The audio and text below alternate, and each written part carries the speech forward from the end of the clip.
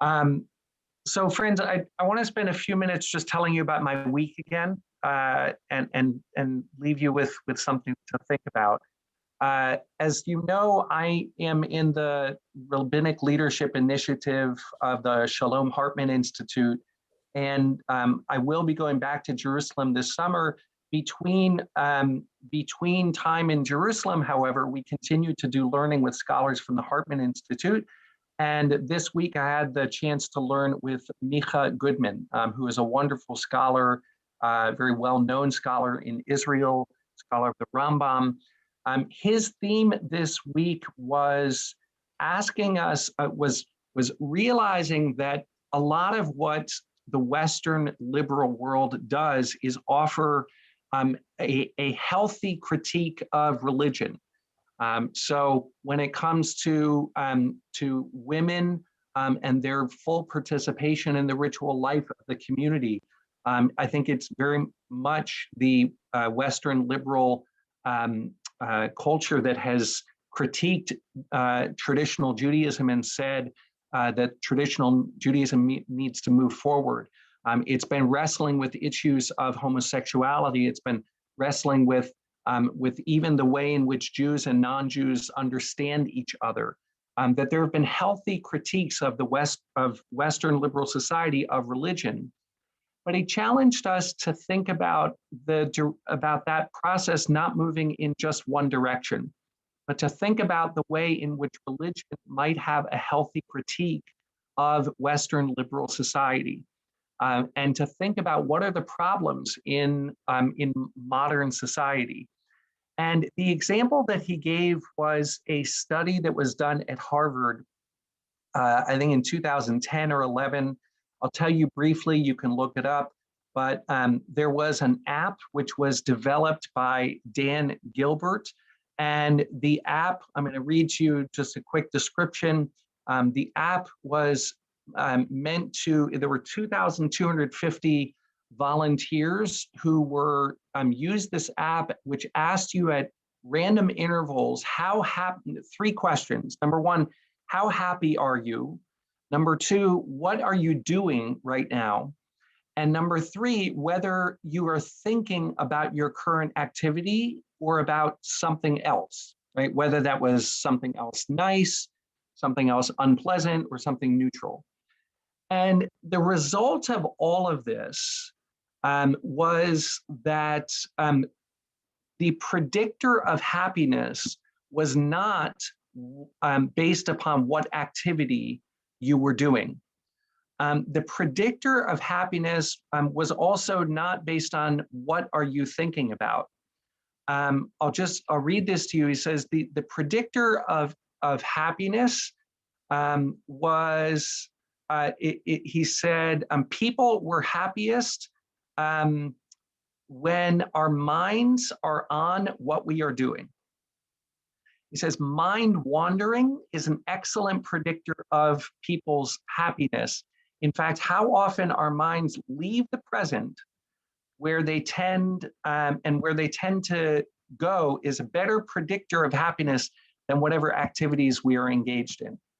So it didn't really matter what you were doing, and it didn't matter what you were thinking about. The idea is, are you actually aligned, right? Are you present where you are? And what Goodman sort of pointed to is, I don't even want to go over and touch it, right? I have over there my cell phone. And cell phones are the greatest distraction tool in the history of humanity. Constantly pulling our attention with algorithms designed to draw our attention to them away. And we all know the series of pictures that you've seen of people being in the same kitchen and everybody is looking at their cell phone, of people walking in the woods and they're looking at their cell phone. And actually what we are doing is we're actually making ourselves unhappy, right? Because we are not present with where we are. And so I sort of learned that with him, and I was challenged by that to think about what seems to be this great gift of Western liberal society that we have cell phones, but it actually turns out to be something that is literally making us unhappy, making us, there are arguments that it has to do with an epidemic of depression, of mental illness. So you have that on the one hand. On the other hand, I studied a teaching with Dr. Hertzberg, Dr. Walter Hertzberg. We're learning the Emek Davar, the Nitziv, and he says about this moment, what's happening in this moment when Nadav and Avihu come forward and they offer this. They offer this strange fire. I'm just going to read to you really quickly. He says, "Velo yachlu lehitapek al hatishuka lahasig da'at v'kavod Elohim." That Nadav and Avihu couldn't overcome their great desire to be with God in that moment, right? That what they were doing, they desired to be close to God when they brought this strange fire. And what I want to say about that is that then is the quintessential example of being totally present and totally focused with where they are. And the problem with that is they were zapped, right? So you know, they died, right? And so I was sort of left with this question of which is it, right? Are you supposed to be totally present with where you are, or you know, or are you supposed to be a little bit distracted, right? Because there's a problem with being totally present, which is, you know, apparently you get zapped. And now, as I was thinking about this, what I want to offer to us is that there's a middle way. And I want to do it by way of a teaching from my teacher, Rabbi, who tells the following story. In the time of the early 20th century, Rav Kook was the chief rabbi of the state of Israel, and Rav Harlap was the chief rabbi of Jerusalem. And apparently, they went on vacation together to somewhere in the sort of Jerusalem forest outside of Jerusalem. And the story goes as follows, that every morning Rav Kook would wake up and he would go and have a discussion or an argument, conversation with the gardener. And then he would go back to his room and he would daven Shachri. And Rav Harlap finally, he watched him do this for 3, 4, 5 days, and then finally said to him, you know, we know each other, I'm not critiquing you, but I have to ask, you know, normally you daven Shachrit first, right? Like, why are you going and talking to the gardener before you're davening Shachrit? Like, Shachrit should be the very first thing that you do when you wake up in the morning. And Rav Kook's answer to him was, I felt that if I said Shema, when I woke up this week in the morning, if I said Shema, that my soul was going to leave me. And I was just going to be at one with God, that I was going to leave the world, that maybe I would die. And so what I did is I woke up and I had a conversation with the gardener first, because the gardener helped. We talked about being grounded. We talked about the earth. We talked about plants. And then once I was able to be grounded, then I could go in and I could say Shema safely, right? And so then I daven Shachri. So Reb Mimi hears about this story, and this is bothering her because she says, you know, and she goes to her teacher, Mickey Rosen, alav hashalom, and she won't let Mickey study. She stops him and says, I need to have an answer to this. I don't understand.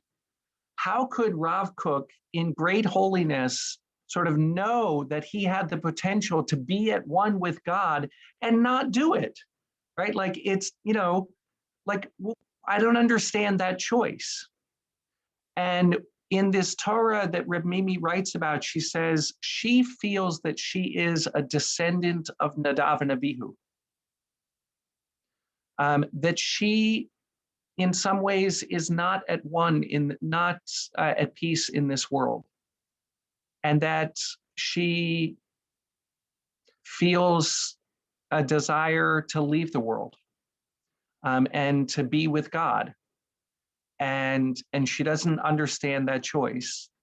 And when she asks her teacher, Mickey Rosen, about this, Mickey says to her as follows. He says to her, there are two ways to give a gift. One is to give the gift that you think is the ultimate gift, and the other is to give a gift that the recipient wants to receive. And those are two different kinds of gifts.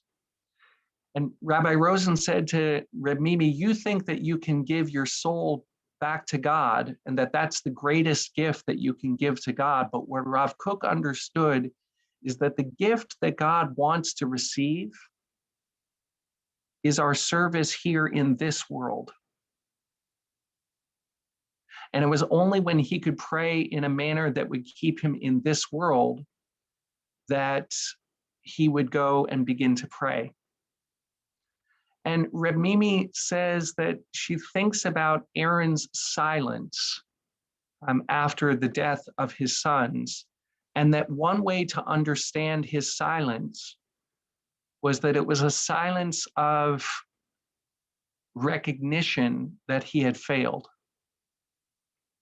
That he had failed as a parent to teach his children how to be a Kohen Gadol, because what the Kohen Gadol does is walk into the Holy of Holies and walk out. That's what a Kohen Gadol does on Yom Kippur. A Kohen Gadol is able to go and be in God's presence, but then to walk out and return to the world. And that Aaron, in some ways, had failed as a parent to teach his children what it means to be a Kohen Gadol. And what it means, what I want to say to us is what it means to be in the middle. We're going to talk about this more this afternoon in the teachings of Pirkei Avot and the role of Torah. But part of the role of Torah is, yes, to bring us close to God, but ultimately it's to return us to the world. And I want to say to us, there's too much extremism. There's too much of either you reject Judaism and you embrace Western society completely, or you reject Western society and see it as dangerous, and you embrace Judaism as a whole, and that the two things are totally separate from one another, and they're not. And it's a really good thing. We need to cultivate a passionate middle, passionate moderation, a passionate religion which teaches us that true religion brings us closer to God and engages us in the world. That we want to be present where we are, but also a little bit distractible, because part of what a mensch is a person who is not just involved in the books or in prayer or in him or herself, but sees the people around them and embraces and makes a difference in the world that God has given us. Shabbat Shalom.